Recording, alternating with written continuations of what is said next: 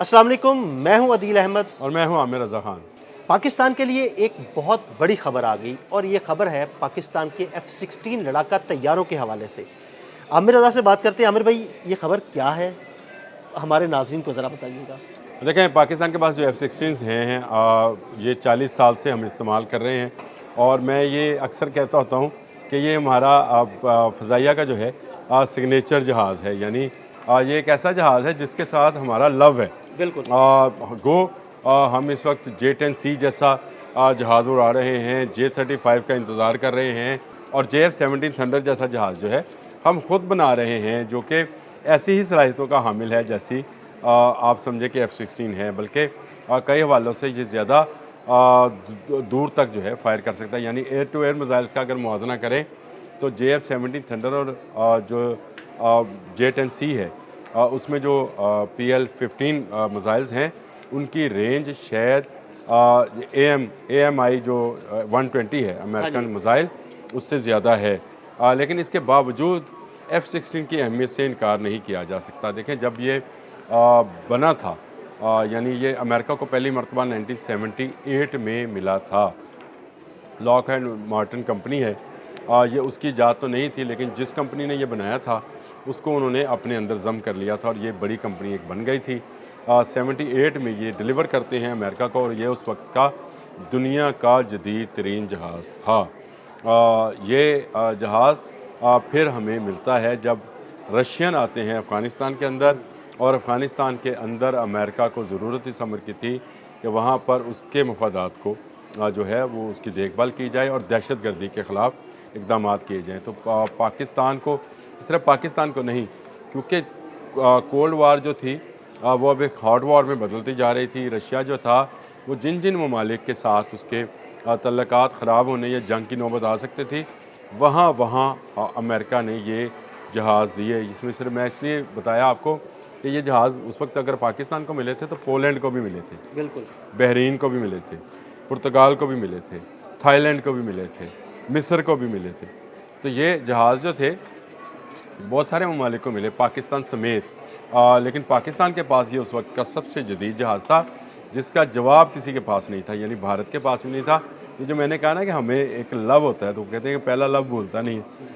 उस वक्त हम बहुत ही ग्रोइंग एज में थे। आप अंदाज़ा करें 81 और 82 का, तो उस वक्त हमें ये एक ख्वाबों के शहज़ादे जैसा जहाज़ लगता था। और F-16 के नाम पर यहाँ पर दुकानें, यहाँ पर कपड़ा, यहाँ पर मशीनरी अभी भी बेची जाती है। F-16 का नाम आज भी आप ट्रक के पीछे लिखा हुआ, ये इसकी तस्वीर बने हुए।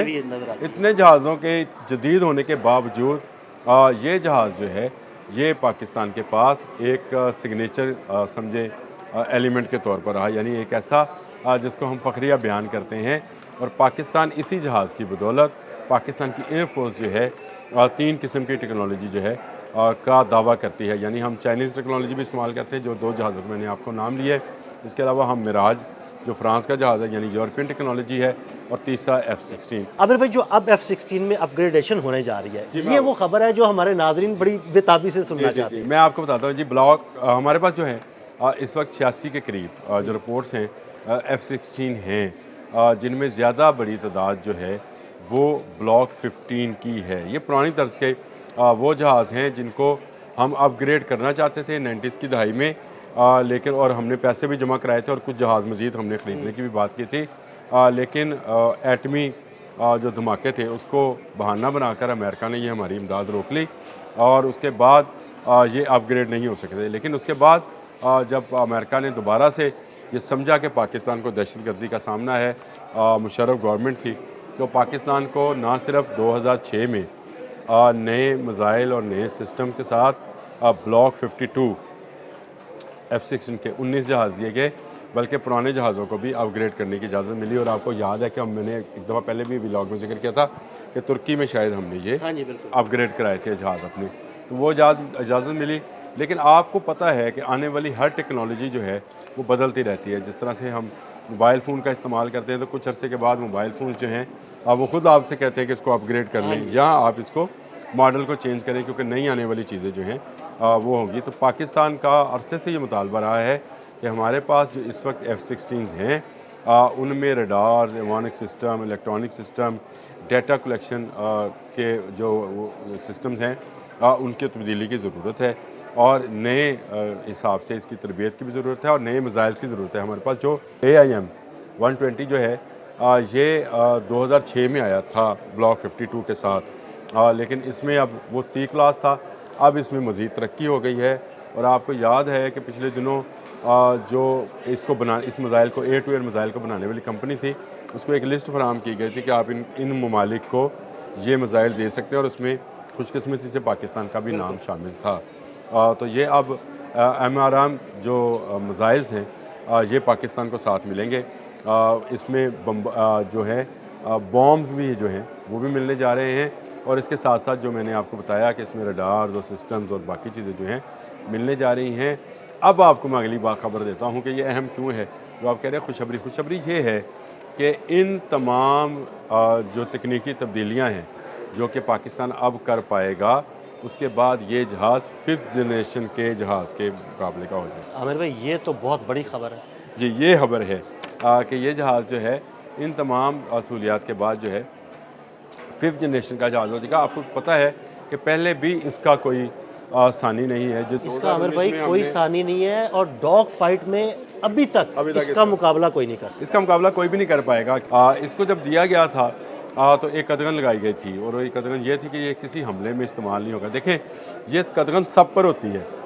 जो भी मुल्क किसी दूसरे मुल्क को असला देता है वो ये कहकर नहीं देता कि आप इसको लो और आप इंडिया पर हमला कर दो, आप अफ़गानिस्तान पे हमला कर दो, आप थाईलैंड पे हमला कर दो, जापान पे, चीन पे। हमेशा दफ़ाई नुक्ता नज़र से ही असला दिया जाता है और ये पूरी दुनिया में ऐसे ही है। चीन हमें जो असला देता है किसी मुल्क पर हमला करने के लिए नहीं देता, वो तो अपने दिफा के लिए देता है। और हमें भी जो अमेरिका ने जहाज़ दिए थे ये अपने दिफा के लिए दिए। तो ये एक हकीकत है, इसको मानना तस्लीम करना चाहिए कि हमें ये जहाज़ जो थे दहशत गर्दी के ख़िलाफ़ मिले थे और जब 2006 में दोबारा 52 ब्लॉक के 19 जहाज़ मिले तो ये कहकर ही मिले थे कि यहाँ दहशत गर्दी आम है और पाकिस्तान के लोगों को दहशत गर्दी से बचाने के लिए ये एक मौसर हथियार है जो कि देना चाहिए, जिसकी कांग्रेस ने फिर मंजूरी दी और हमारे पास ये जहाज़ आ गए। एक बड़ा फ्लीट हमारे पास इन जहाज़ों का मौजूद है जो मुल्क की दफा के लिए है। F-16 एक बला का नाम होने जा रहा है और जिस तरह से आपने शुरू में जिक्र किया कि 2040 तक हमें इसकी अपग्रेडेशन की ज़रूरत नहीं रहेगी और ये अपग्रेडेशन जो है ये इन जहाज़ों को मैं ये समझता हूँ 2040 नहीं 2042 तक जो है करामत रखेंगे। लेकिन जैसे जैसे टेक्नोलॉजी बदलेगी वैसे वैसे पाक फ़ज़ाइया जो है इसमें मज़ीद जो तरक्की करती चली जाएगी। एक चीज़ रह गई वो आपको मैं बता दूं, वो ये है कि इन जहाज़ों के साथ साथ ये भी शामिल है कि तरबियत भी दी जाएगी। देखिए, जो नया सिस्टम लगाए जाएंगे उसकी तरबियत और उसकी डिकोड करने का तरीक़ाकार जो है ये भी अमेरिकन बताएंगे। तो इसमें सारे में इस माहदे के अंदर ये चीज़ें भी शामिल हैं। तो पहले ही हम अपना JF-70 थंडर ब्लॉक 3 बनाए बैठे हैं, J-10C ले रहे हैं, J-35 जो 5th जनरेशन का जहाज़ है वो है। अब ये जहाज़ भी जो है 5th जनरेशन बनने जा रहा है। तो आप अंदाज़ा कर सकते हैं कि पाकिस्तान की फ़ज़ाई क़ुव्वत जो कि अब हर आने वाली जंग में सबसे अहम पहलू होगा और जंग मई में भी आपने देख लिया कि राफ़ेल गिराने के बाद इस बात को और ज़्यादा अहमियत मिल गई कि जितनी मजबूत एयरफोर्स होगी उतना मजबूत मुल्की दफ़ा होगा। तो ये मुल्की दफ़ा मज़ीद मजबूत करने वाली बात है। खुश नसीबी है कि पाकिस्तान को एक ऐसी फ़ौजी क़यादत नसीब है जिसके बारे में डोनाल्ड ट्रंप कहता है कि मेरे फेवरेट फील्ड मार्शल है।